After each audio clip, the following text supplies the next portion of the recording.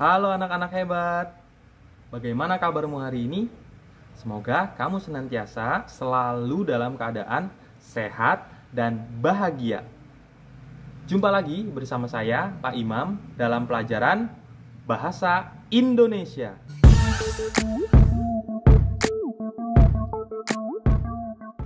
Pada kesempatan kali ini, kita akan membahas tentang menganalisis unsur intrinsik cerpen. Baik, langsung saja kita masuk ke dalam pembahasan. Unsur intrinsik yang pertama adalah tema. Bagaimana cara mencari tema? Untuk menganalisis tema, kamu harus membaca seluruh cerpen dengan cermat, kemudian menentukan secara keseluruhan cerpen tersebut intinya lebih banyak membahas soal apa atau hal apa. Misalnya, cerpen yang kamu baca lebih banyak membahas tentang persahabatan dua orang. Maka dapat kamu katakan bahwa temanya adalah persahabatan. Itu. Selain persahabatan, masih banyak ya tema-tema yang lain. Bisa berupa percintaan, kritik sosial, penderitaan, ketidakadilan, kehidupan sekolah, dan sebagainya. Selanjutnya adalah alur. Bagaimana cara mencari alur? Untuk menganalisis alur, kamu harus membaca cerpen sampai akhir dan melihat urutan waktu jalannya cerpen yang kamu baca. Jika urutan waktunya maju, maka alur cerpen tersebut adalah maju. Jika alur waktunya mundur, flashback gitu ya, mengulang memori di masa lampau, kemungkinan besar alurnya alur mundur. Jika gabungan keduanya, maka bisa dicurigai bahwa alurnya adalah campuran. Selanjutnya adalah latar. Latar ini terbagi menjadi 3 hal yang harus kamu perhatikan, yaitu waktu, tempat, dan suasana. Kamu harus mencari di mana tempat itu terjadi, di mana lokasi cerpen yang terjadi, kapan waktunya, kemudian suasananya bagaimana, berdasarkan penceritaan. Contoh misalnya, kamu menemukan kalimat di sebuah cerpen, ia pergi bersama tenggelamnya matahari. Dari kalimat tersebut dapat dianalisis bahwa latar waktunya adalah sore hari, karena ada penanda yaitu tenggelamnya matahari. Menjelang malam gitu ya, baru menjelang malam. Maka waktunya sore. Biasanya karena menggunakan majas dalam cerpen, keterangan waktu dan tempat tersembunyi di balik kata-kata. Jadi kamu harus cermat waktunya kapan. Mungkin tidak disebutkan sore hari, pagi hari, tapi diberikan penanda-penanda waktu. Seperti misalnya tenggelam matahari atau matahari terbit. Jadi harus cermat melihat tanda-tanda waktu yang tersembunyi dalam kata-kata. Selanjutnya adalah tokoh. Untuk mencari tokoh, kamu harus menuliskan siapa saja yang terlibat dalam cerpen tersebut dan dia berlaku sebagai tokoh apa.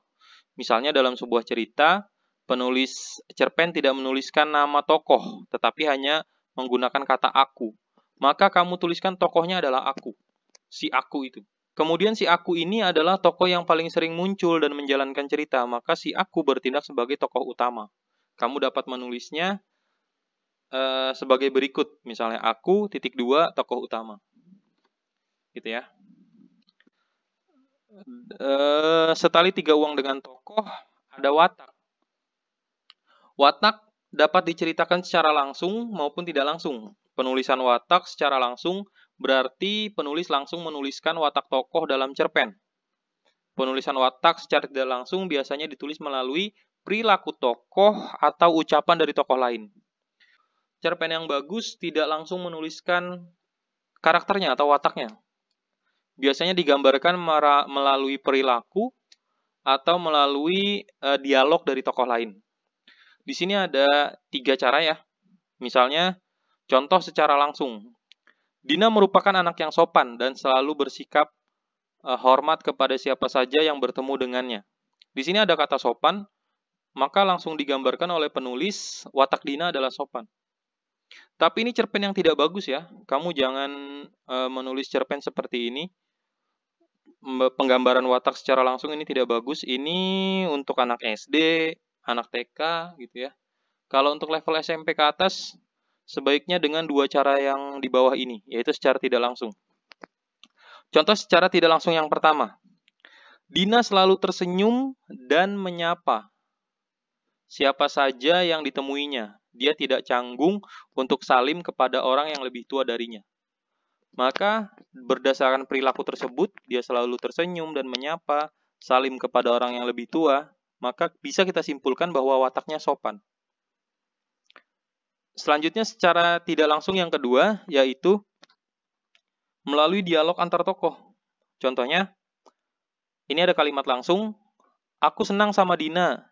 Ia yang menyapaku duluan dan tersenyum meskipun kami baru kenal ketika anak-anak lain cuek kepadaku.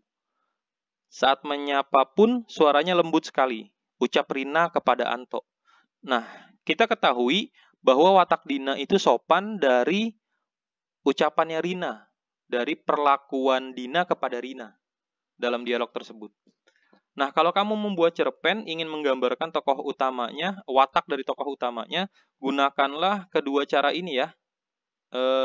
Penggambarannya secara tidak langsung dengan tipe pertama dan tipe kedua. Selanjutnya adalah sudut pandang. Sudut pandang ini terbagi menjadi dua, yaitu orang pertama dan orang ketiga. Sudut pandang ini bagaimana cara si penulis menggambarkan tokohnya. Apakah penulis itu berada di dalam cerita, atau tokoh utamanya adalah yang menceritakan sendiri, atau diceritakan oleh orang lain. Untuk mencari sudut pandang, kamu harus melihat secara cermat bagaimana penulis menyajikan cerpennya. Apabila ia menggunakan kata ganti aku atau saya dalam narasi cerpennya, narasi ya, bukan dialognya. Maka sudut pandangnya adalah orang pertama. Kamu tinggal mencari si aku ini menceritakan dirinya sendiri atau orang lain. Jika menceritakan dirinya sendiri, maka sudut pandangnya adalah orang pertama pelaku utama. Jika si aku bercerita tentang orang lain, maka sudut pandangnya orang pertama pelaku sampingan. Yang berikutnya, apabila penulis menggunakan kata dia atau nama orang dalam narasi ceritanya, maka dapat dipastikan sudut pandangnya adalah orang ketiga. Kamu tinggal mencari tahu si dia atau tokoh ini menceritakan dirinya sendiri atau orang lain. Jika dia menceritakan dirinya sendiri, maka sudut pandangnya adalah orang ketiga serba tahu. Jika si dia atau tokoh ini bercerita tentang orang lain, maka sudut pandangnya orang ketiga pengamat. Begitu ya. Jadi untuk membedakan dia orang ketiga serba tahu atau orang ketiga pengamat adalah si dia ini ada dalam cerita menceritakan kisahnya sendiri atau dia menceritakan kisah orang lain. Seperti itu. Yang terakhir adalah amanat. Amanat ini untuk mencari amanat, kamu harus dapat menjelaskan pesan moral apa yang kamu baca atau kamu dapatkan setelah membaca cerpen tersebut.